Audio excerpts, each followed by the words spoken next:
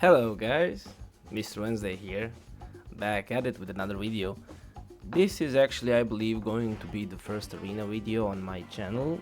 I wanna say I already made the video about 10 days ago, I believe, and the problem was that I did not learn a lot about the software I'm using, Filmora Wondershare. So I just want to come back and actually reshoot the video because I do not want low quality content on my channel. So first of all, I want to show you something really great here. He was actually in silver 1 when I did the initial video, so we're already making progress. And then when you check his defense, he's just W after W. And actually I have a couple of screenshots he sent me during these 10 days of other wins he has gotten on defense, and we will obviously showcase the teams here. I'm gonna just show you really quickly who we're actually gonna be using here. So as you can see, we have a Cardiel, Rector, Ceres and Candy team. Then we have your typical blender team, and then finally we have a really interesting team down here with Lydia, Necret, Trunda and Welk. Now, amongst honorable mentions here, I do want to say there's some really top tier champions here, like Rotos, like Brogni here. Then we actually have another Trunda. We have a Foley, we have a Tormin who's sadly not fully booked, so I did not wanna prey on RNG doing the work for us when it comes to winning. So yeah, without further ado, I'll just go really quickly, show you the teams, and then we can test them out in some fights. So, the main team, I'm gonna go basically how it's shown here. We have a Cardiel. Now when it comes to Cardiel, I really wanted to get him into an immunity set so that I do not have to prey on him resisting stuff, but sadly the immunity gear was just not up to par, so to say. The speeds we could have gotten are, I believe, if I remember correctly, around 220, 225 maybe, and that just wasn't good enough in my opinion. At least not, again, I do not want to pray that we actually like get enough turns and then I will have to speed tune the other champions to be even lower speed, and I really didn't want to do that. So we went for the high resistance build. We actually have a broken set piece here because it basically has 30 speed, and any speed resistance chest plate actually had way lower speed even with the set bonus. So this is what we have gone with. Now what I would advise here basically is he's gonna be top tier against non-nuke hegemons, depending on how good the nuke hegemon is built. I'm not really sure if he's gonna survive. I would have loved if, again, we could have gone for immunity and then just buff his HP and defense way further up. But again, nuke hegemons just don't happen every day, and this is not Platinum Arena type of build, so even if you like lose one fight, it's not the end of the world. You'll still get your points in the next one, so it's good to go. And as you could have seen, the defense is actually working pretty mighty if you ask me. So I actually wanted the least amount of crit rate. I'm gonna explain this just once in this video because I'll be showing multiple champions with low crit rate, and I really do not wanna prolong the video and waste your time by explaining each time why I'm doing that. So on the non-damage dealing champions, as you can see, I actually really try to go for the 0% additional crit rate, because you see there's this little hefty mastery called Cycle of Revenge, where basically when attacked, 50% chance of increasing the turn meter by 15% when an ally is attacked with a critical hit, which means I do not want Cardiel to be critting when I don't actually want him to be. I would have loved if there was actually a possibility to actually just shut off the crit rate completely, because he does have 15% in his build initially. But yeah, So the resistance is pretty nice. Again, we're not speaking like plat level resistance here. We just went for the most resistance we could have gotten away with.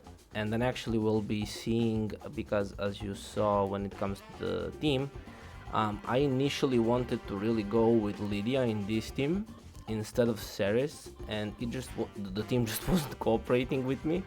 So I had to go with Lydia lead here, down here, as you can see, because we're not really speedy in third team. I'll show you.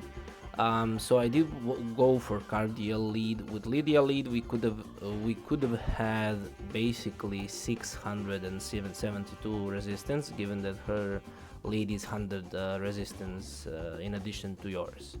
So the speed is pretty nice. 271, it's pretty nice. Again, as I said, I wish there was more HP in defense, but there's not. It's okay.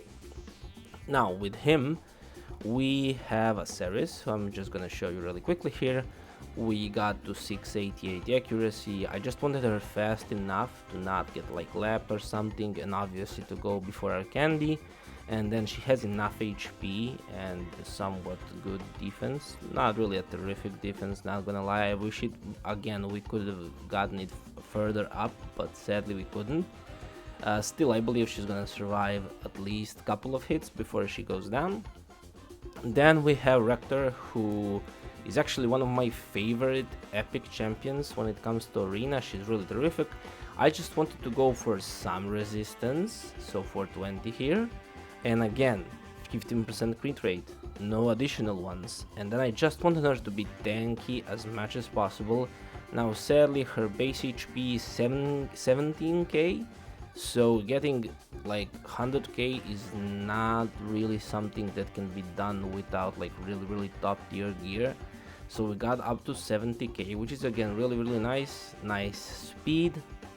And then again, I just wanted some resistance to resist at least some of the debuffs. We for sure won't be resisting the actual debuffers on the opponent's teams, but I do not want some pesky little debuffs being placed on her, because I do want her to be able to use the A2.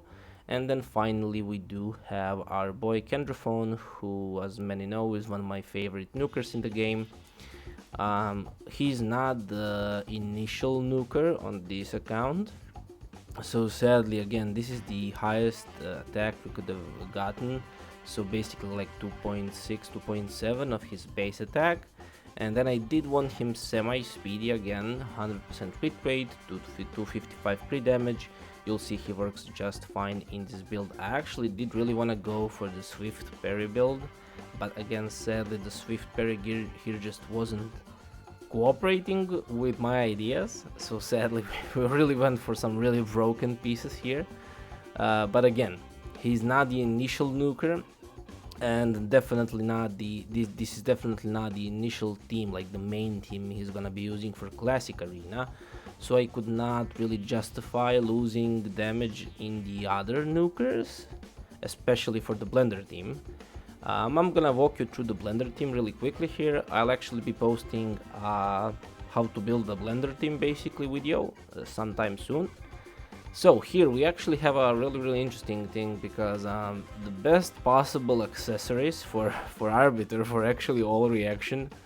So even if we are not fast enough to go first at 331 speed, which I believe should be plenty, at least like till gold 1 tier in 3v3 arena. But even if you're not, she's gonna survive, and then she's gonna revive people, and then hopefully we still manage to win. Again, you know the drill, as much as possible speed on your Arbiter. If you're building obviously a speed team with her, which you should be doing, there's no logic in using her any other way.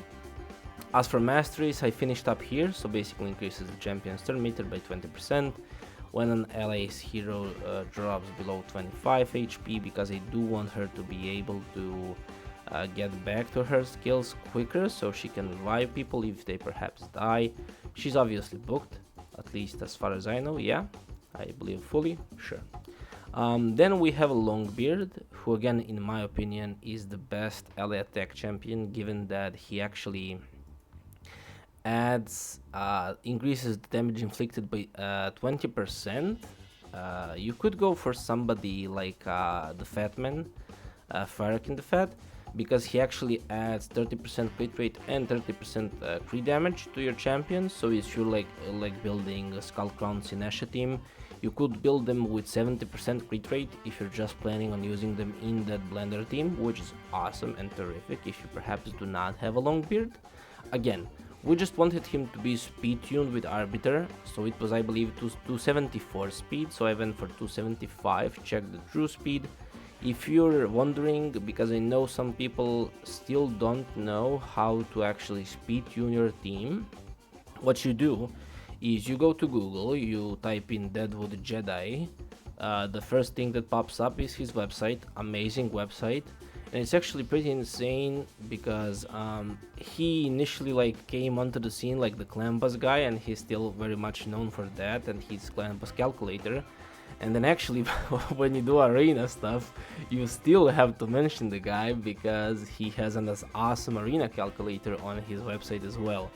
The arena calculator, I believe, was not like made by him. I'm not really sure. I do not wanna like come out here and say something that's factually wrong. I truly just try and get all the facts 100% correct in my videos, because I do not want to give bad advice or bad facts, which, well, wouldn't be facts then, right? But yeah, there's a terrific arena calculator there. If at least like 4 or 5 people asked me how you use it in like the last 10 days since I made the channel, so if there's a couple more of you who do not know how to, I'll make a really short video on how to actually like input all the stuff into the calculator so you can actually speed tune your teams, right? The speed tune in arena is basically very, very important when it comes to speed teams, because you do not want the opponent to cut in on you and actually break your idea of what you wanted to do. And then we do have Skull Crown and Sinesha, pretty normal builds for like nukers, right? We have 5.7k attack here, which is basically almost 4 times the attack she has, 308 crit damage, 100% crit rate. Obviously everything else is unimportant. Her speed is really low, as you can see. That does not matter. She will ally attack. That's all we're counting on. And then we have our Sinesha. Let me just find her really quickly. Basically the same thing, right? 232 crit damage. Her base attack is actually really low, so this is what almost 4 times her attack, which again is really hard to build off of, given that her damage is based off of attack and her attack is almost only 900, which is not ideal, not gonna lie. But we do have her in a Savage set, which should increase her damage a bit. I wish we could have gotten away with another Savage set on any of our nukers. Sadly, again, we couldn't. But again, if you can get your nukers into Savage and speed tune them, that's beautiful and a great idea. Savage set is one of the, if not the best nuking set in this game. At least when it comes to farmable sets. Like when I say farmable, I mean like the top rows basically till we get to the divine ones, because these ones you obviously can get only from arena reset, and these are like craftable sets, right? So I'm not speaking about those. I'm like just talking the ones you can initially get from the dungeons. And then as for our third team, we do have Lydia, who I just built semi-tanky with enough accuracy. Now, if we actually, well, that's at least what I told my client. I did not go for the accuracy chest piece because I really wanted her to survive as much as possible. So I actually told him if she ends up placing debuffs all the time, which is what you want, really, yeah, for him to actually take out the accuracy banner as well. That would get her to about 480 accuracy, which is still semi-high, and then you could actually add about 10k HP for sure, which would make her just a lot more tankier. So that's something to think about when you're doing your builds. Now alongside her we have a shield set Necret. Again, nice speed. I truly wish we could have added like 15-20 more speed here, but it's fine. You can neglect the resistance and accuracy when you're going for this type of comp. I'm not saying you should neglect if you're like planning to using for decrease attack in some other content, which you really shouldn't, because if you ask me, Necret is the best arena champion in this game. That's my opinion. I know many people will say it's maybe, I don't know, Duchess, Hegemon, Warlord, whoever you want to mention. I'm gonna say it's Necret because of the versatility his comp brings. Another content creator, Want to Mess, I believe, actually has a pretty insane build for Necret, and Mech-chan as well, if I'm not misremembering who I watched building their Necret. So you can basically like just go search for a showcase. We went for a build here that's basically like, come at us bro, try and beat our team, because between him shielding everybody and then additionally protecting everybody through this skill right here, it's gonna be really tough to basically nuke our team down, especially given that Lydia actually places Strengthen as well, which is a really awesome buff if you ask me. And then finally we have a Valk build. Let me just show you her really quickly. So we have a Valk, again, 0% additional crit rate. You know the reasons, I already explained them. 600 accuracy is a little bit overboard if you ask me. She will work fine at 500. Speed is as well a little bit overboard. 230 is plenty fine. As for the masteries, I actually just now remembered I did not show you all the masteries, so I'm just gonna do that really quickly for everybody before we actually get into the fights. So here we went for the Eagle Eye, obviously, and then also Evil Eye as well. Evil Eye basically decreases the turn meter by 20% on single target skills, which she does have, which actually pairs perfectly with her skill set initially, because she attacks enemies 2 times, one enemy, and then decreases turn meter by 10% on each hit. So basically you could decrease the turn meter of one champion by 40%, and that's gonna really come in clutch at times. I'm sure you'll see that yourself if you have a Valk and you build her like this, which I truly advise for you to do. Now let me just go really quickly and show you the masteries of people I did not show. Again, we went for basically everything defense here and finished up in resistance. This is not what I would have done if we had immunity gear. If we had immunity gear, I would have ended up in a different tier 6 masteries. But for this build, this is what we have gotten with. And then actually for Necret, oh my god, big mistake here. I actually completely forgot to change his masteries, at least it seems that way. So what we'll be going for is actually the, again, least amount of possible damage he's gonna get, and I also want to increase his shields even further, so I'm gonna really quickly show you here what to do.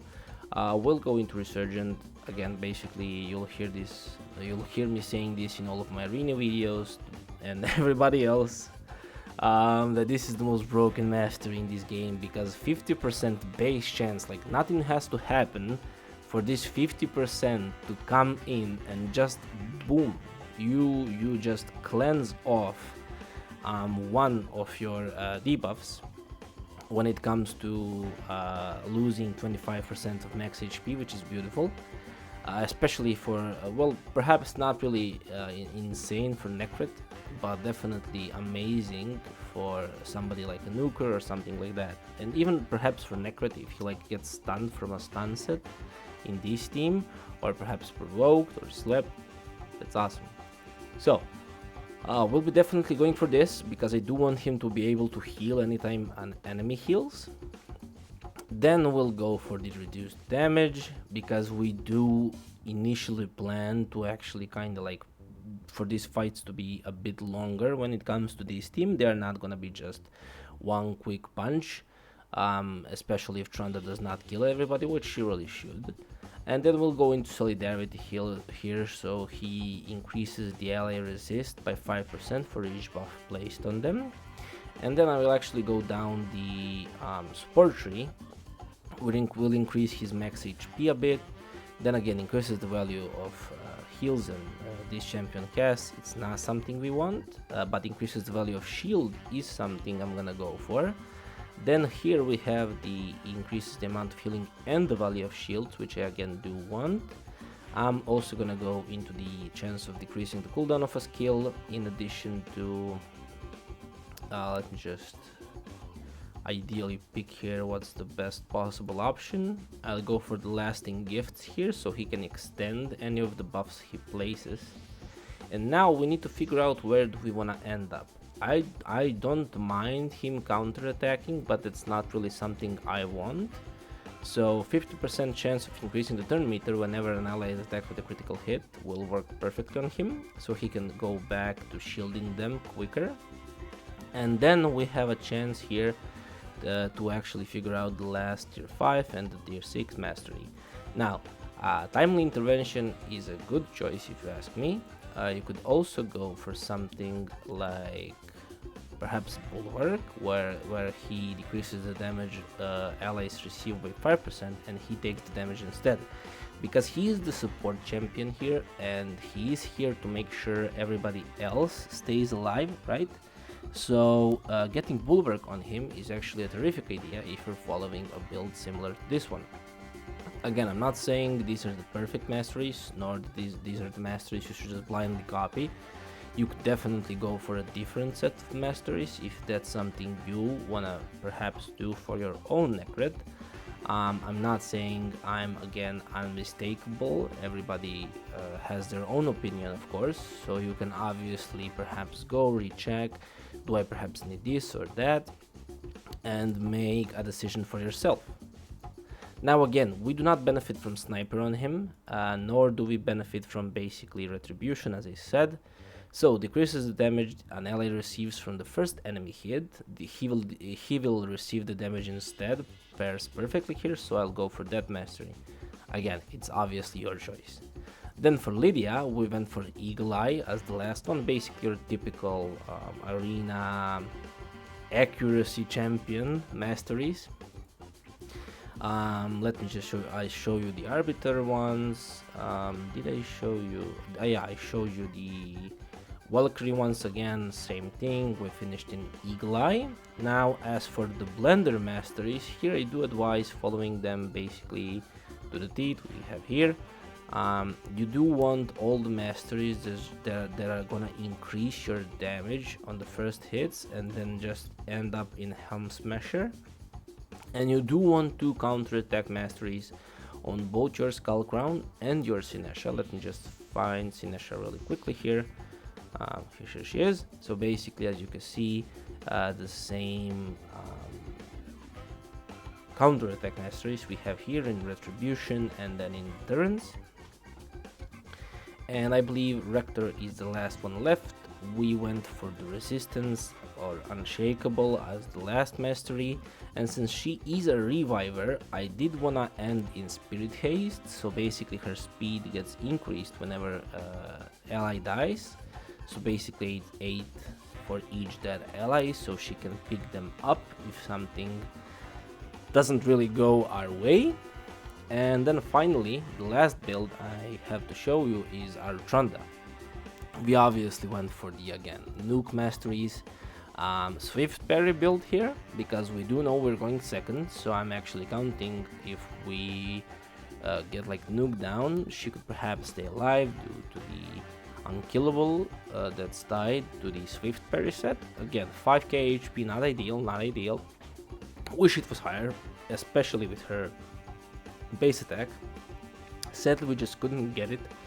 We had to go for the broken set here as well, and then the best attack ring was actually also 5-star, and the best again banner was 5-star as well, so there's definitely room for improvement here, which is great. It's awesome to be able to improve your champions further as you get better gear.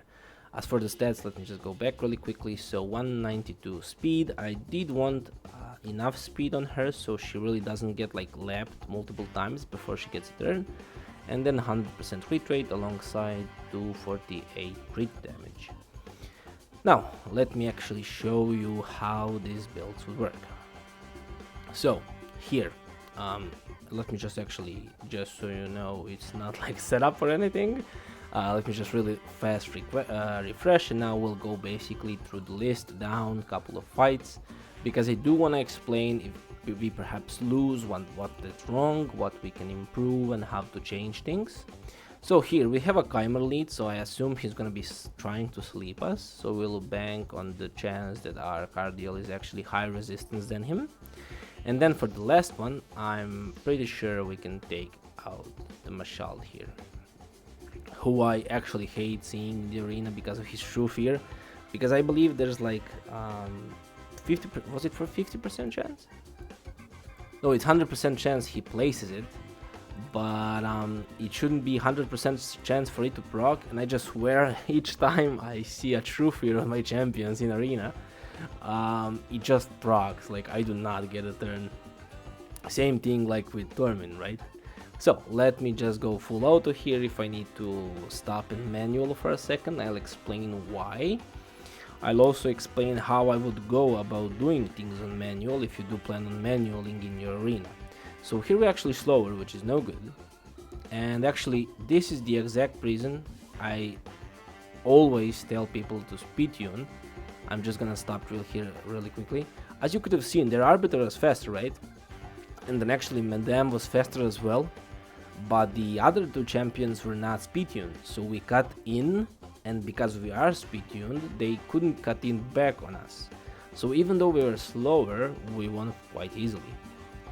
Now here he's gonna do the, as you can see, his cleanse ability, Cardiel, and then he also places block debuffs plus the revive on that.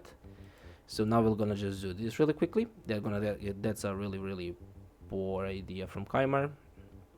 Not sure why he went for the reset there first, but it's fine. I'm gonna just look to choose the best possible person to attack here. That should be the Valk. Now we're gonna revive. Now again, we have fear on us, so I just hope this works. And again, it doesn't, which is really funny to see. It just never proccing when you need it. So now we have Cardiel. Cardiel is gonna do ally attack here. I do hope our Candy can take her out. Actually, he leaves just a tad bit of HP, which is fine. We'll now go and take her out. They are gonna counter attack, that's fine. She's gonna true fear us, which is no fun. But he does get another turn, so I'm gonna try and again, just no luck when it comes to fears in this battle. We just endlessly not get a turn, which is fine. It's okay, we'll survive. We're not gonna cleanse everything. Now we should not be getting true feared anytime soon, so I'm now gonna one-shot the Chimer. Lovely. And now it's just about basically surviving long enough to take out these two, which should not be a problem even in auto, given the fact that none of them are truly like damage dealers, so we should be good to go. Also, Cardiel has a really small heal on A1, which I know is not an insane thing, but just tad bit little much of healing every now and then truly does help. So do not overlook his A1. Now we should actually get our, obviously, the removal of buffs, which is lovely, and now we're just gonna end up one-shotting them one by one. Candy is truly a terrific nuker, especially with the counter attack masteries, and even with new revenge accessories. So here, I just want to show how I would go about using this team on manual. Now sadly we already got true feared here, so that's not the best showcase possible, so perhaps we'll leave it for the next battle, right? So we want to look at who has the most turn meter and go for them and drop it. Now we'll obviously go for this, and we get That's no fun. Okay, so now we're gonna actually go back to shielding Lydia, which actually happens here, thankfully. Ray is gonna just decrease, just gonna take away all our buffs with her freeze ability, which is fine. We'll try and actually go for her here, because I do not want her to be using her A2. I would otherwise go for Mashal, but he has block debuffs, so that's not something we can do. So now as long as we can get actually a turn here. Yeah, see, that's the thing. We had 4 fears here, and it should not be proccing 100% of the time, yet it does. Each time, we just got true fear, right? And now actually, as long as she does that, we are actually good to go. So the fact is, the Swift Fairy here is actually gonna come in really clutch, as you could have seen, and that's actually gonna be the reason why we win this fight. Because now she tried reviving people, which obviously didn't happen because of Lydia's passive, and now we're just gonna keep locking her out until we win, which should happen anytime soon now, as long as our Lydia can actually take some hits on her. Let me just increase my speed further so I can go back to the lockout ability here, so she does not get another revive, and there we go, we win.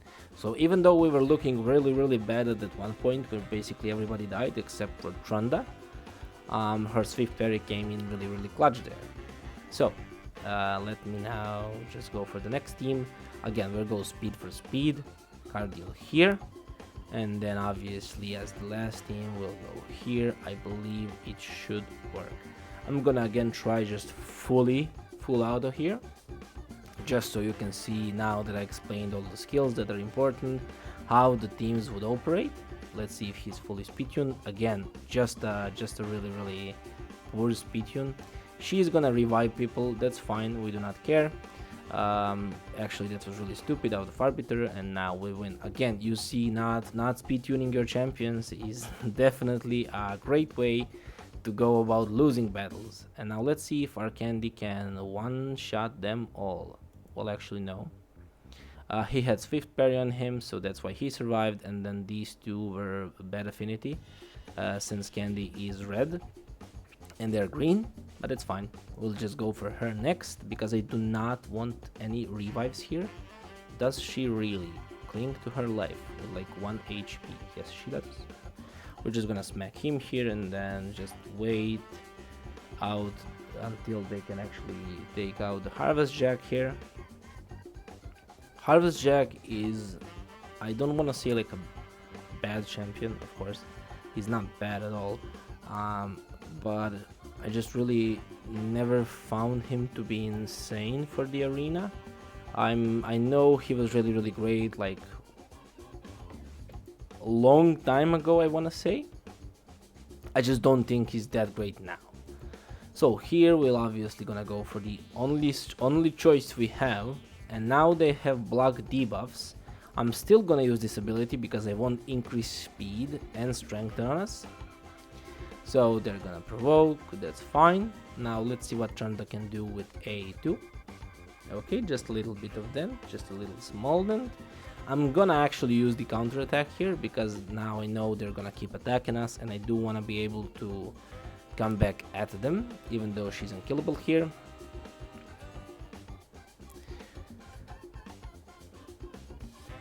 Okay, now the block debuffs from Gorgo has disappeared. Now it should be disappearing from Molly too. I'm just gonna really quickly shield actually and protect our Lydia here. I'm gonna drop his turn meter by a bit if possible. Yes, lovely. And now let's gonna just try the A3 here. So he gets stunned and obviously gets the HP burn, sadly. So he will be reviving Skull Crown here, which is okay. It's just gonna prolong the fight a bit. There's actually three different revivers on this team, which is no fun, but okay. So he's actually not gonna be using his revive here, so that's fine. I'm just gonna stun him really quickly, place the counter attack back on us, because Skull Crown now does not have unkillable back again, so next time we can actually take her out. And then now the Molly is the one I want to go for first, given that she does have a revive and I do not want to see another revive here. So let's just smack her to the ground, and that's it. As you can see, pretty fun teams to use. I know there's a certain wind legendary here in Necrit and Cardiel. You could swap them out. You do not need those two specifically to make this comp work. Of course, Blender is really tied to an ally attack champion, so I sadly really cannot say you do not need an ally attack champion, but you don't. Cardiel is terrific, don't get me wrong. Like, if you ask me, because I do have him on my account, he's probably one of my favorite champions I have. Given that I did get Hegemon last 2x, so Hegi is gonna probably take his place now.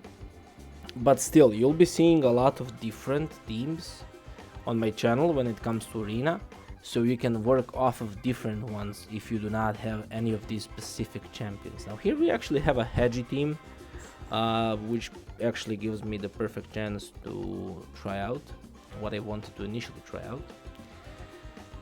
Let me just really quickly think about it. So we cannot take our speed team against theirs because obviously they have a Torment, which is no good. So we'll be taking this team against their speed team, and then we'll be taking our speed team against their Chimer team, which should basically be no problem for our Blender. And then let's see if we can survive a Hegi, given that it's a Nuke Hegi. If it's not, then I just do not see a problem when it comes to our team, given the resistance we have. So let's just see what happens here. So they're actually not really fast, which is interesting to see. I do want to drop his turn meter because I don't want those pesky provokes coming on us from his A3 or A2, I believe. I'm gonna risk a bit of freezing here, and actually Valka does get frozen. That's okay. That's fine completely. Now I'm actually gonna go and ally protect her and give her the block debuffs, and I'm just gonna slap them.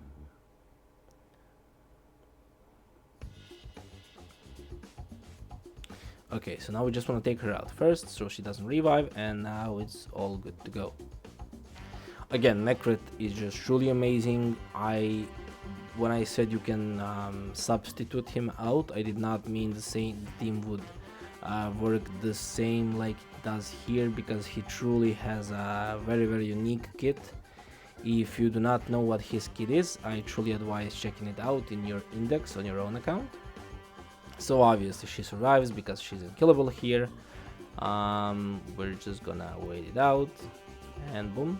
Okay, so now the third team. Let's see what Hegi has to say. Hegi is gonna be a weird Hegi, not gonna lie. I did not. Was that like that wasn't a Nuke Hegi? Okay. Well, anyway.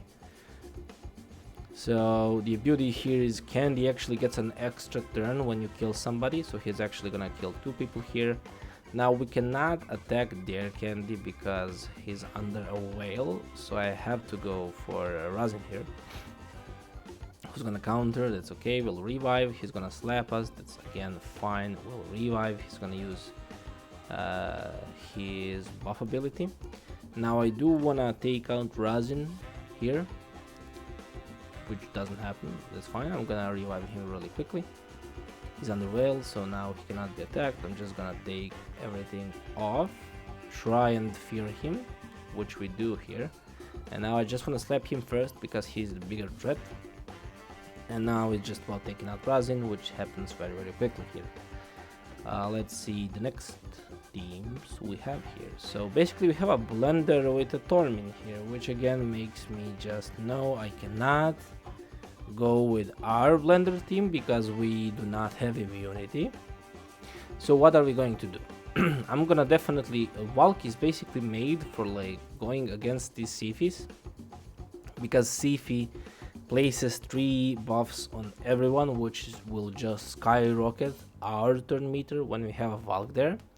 So I'm gonna be going with this team against their Torment team, and then Blender against their second team. And I actually wish we had a second second Madame here, so we could use her instead of Lydia to actually go first with Valk and then actually cleanse off all the buffs with Madame. I'm sorry, I'm bugging out, but sadly we don't, so let's just see what happens here. I'm gonna again just leave it full auto. If I need to manual somewhere, I'll explain why and for what reasons. So they will obviously be faster, he's gonna do his thing. I hate the fact Madame is so close in speed to our Cardiel, but it's fine. Now he's gonna cleanse everybody off, she's gonna heal them back up, and now Candy gets to slap. No, actually we get the... that's beautiful, that's actually what I really wanted to happen there. So I'm just gonna slap them all here. A bunch of them are gonna die. She's gonna have obviously her unkillable, so I cannot take her out, but I do wanna take Arbiter out so she does not revive anyone. And now it's basically just a waiting game because we need to wait for the unkillable here to actually get off her, and now we can take her out, and now we just need to take out Tormin, which is gonna take a bit because he's gonna revive here. So we just need to circle through our skills. So if we could just like slap him now, that would be awesome. No, we cannot.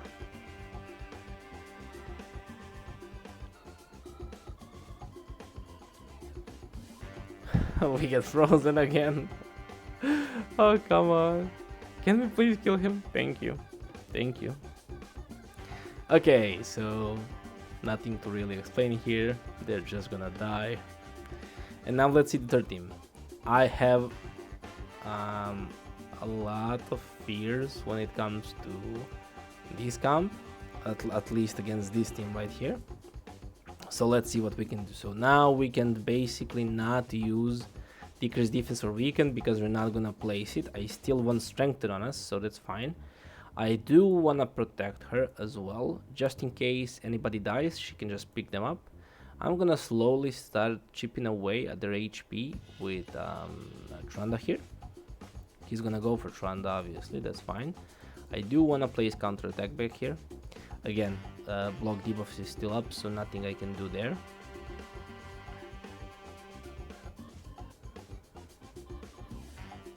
Let's just see how this fight unfolds.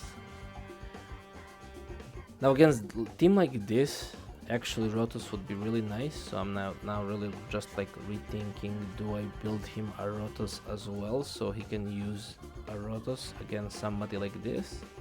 But Tranda is doing pretty nice so far.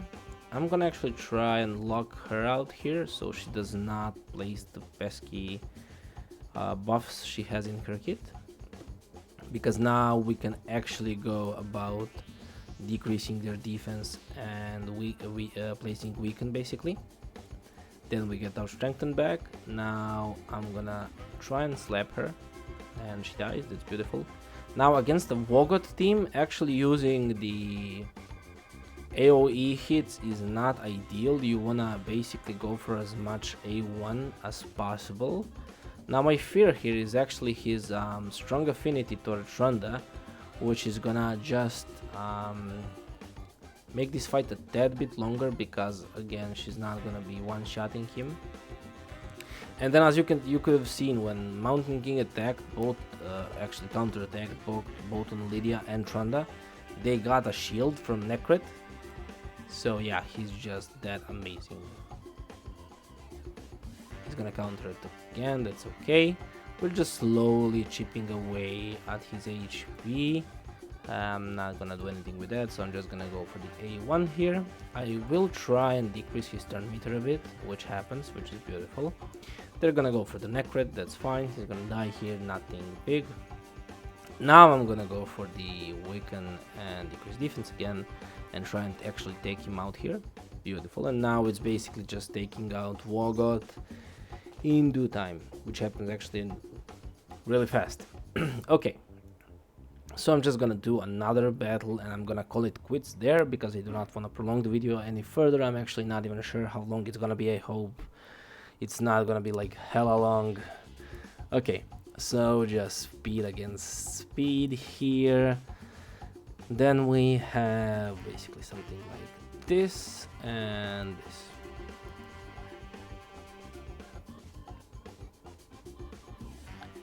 I truly hope I saw where the tournament was, or otherwise I just made a big mistake. Okay, so again, not speed tuned. What are, no, you need to speed tune your teams. You're losing battles because they are not speed tuned. And that's actually the third time I'm seeing that in basically this one video, which is funny. Oh, actually we get nuked here, that's fine. We were slower, we got nuked, that's okay. It just happens sometimes. As I said, you cannot win them all. Okay, so I did notice where the tournament was, and this team is actually really weird if you ask me. Like, I don't really, unless this tournament is a damage dealing tournament, I do not see the damage here, honestly. Vogot. I forgot, I just said you do not use AoE against Vogot because he's gonna heal everybody. And then I went and literally did just what I said not to do. Which that's fine, we're just gonna one-shot him here. And then I'm just gonna go for the Tyrant next. Let's just try and steal something so they get some fears. They don't, that's okay, I'm just gonna... So basically the beauty of Candy here is he actually takes 2 hits on A1 when the opponent has a buff on them, which they do here. So that's really cool. He's gonna remove, he's not gonna kill us. Let's just counter attack here. There's no decreased defense anymore, so that's why the attacks are just a tad bit weaker, I wanna say. I actually have no idea why I'm why I'm manualing here. I'm just gonna target Torment basically because I do want to take him out first, and then we can go for Vogot. Can we kill him? Yes, we can. Beautiful. Let's just keep tackling Torment if possible. Lovely stuff. Now Candy is gonna use the A2 and actually slap them both. And I'm gonna call it quits here because, as I said, I do not want to prolong the video any further. I believe I've covered everything I wanted to cover.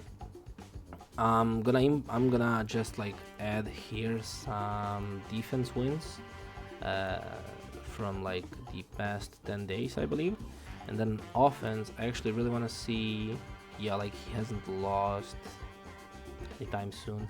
So a pretty nice set of teams. So yeah, thank you all for stopping by. If you enjoyed the video, please feel free to like it and perhaps subscribe for more content like this one. I'll be definitely posting more and more content as the channel grows. And again, if you have any questions, or if perhaps I forgot to mention something which you're wondering about, please feel free to like ask in the comments, or you can always find my Discord link in the description of my videos, so you could just shoot me a message, ask me if you perhaps want a screenshot of some builds here, because I do save them all for myself for like future reference, or perhaps you have questions regarding masteries, which champions you could substitute, or perhaps you want to be included in the next free takeover, or perhaps you want a takeover that's not free. Just contact me, right? I'm usually very close to my phone as we all are, so I'll most likely DM you back really quickly. I truly appreciate each and every one of you, and thank you all for the support so far on the channel, and until the next video, Mr. Wednesday signing out.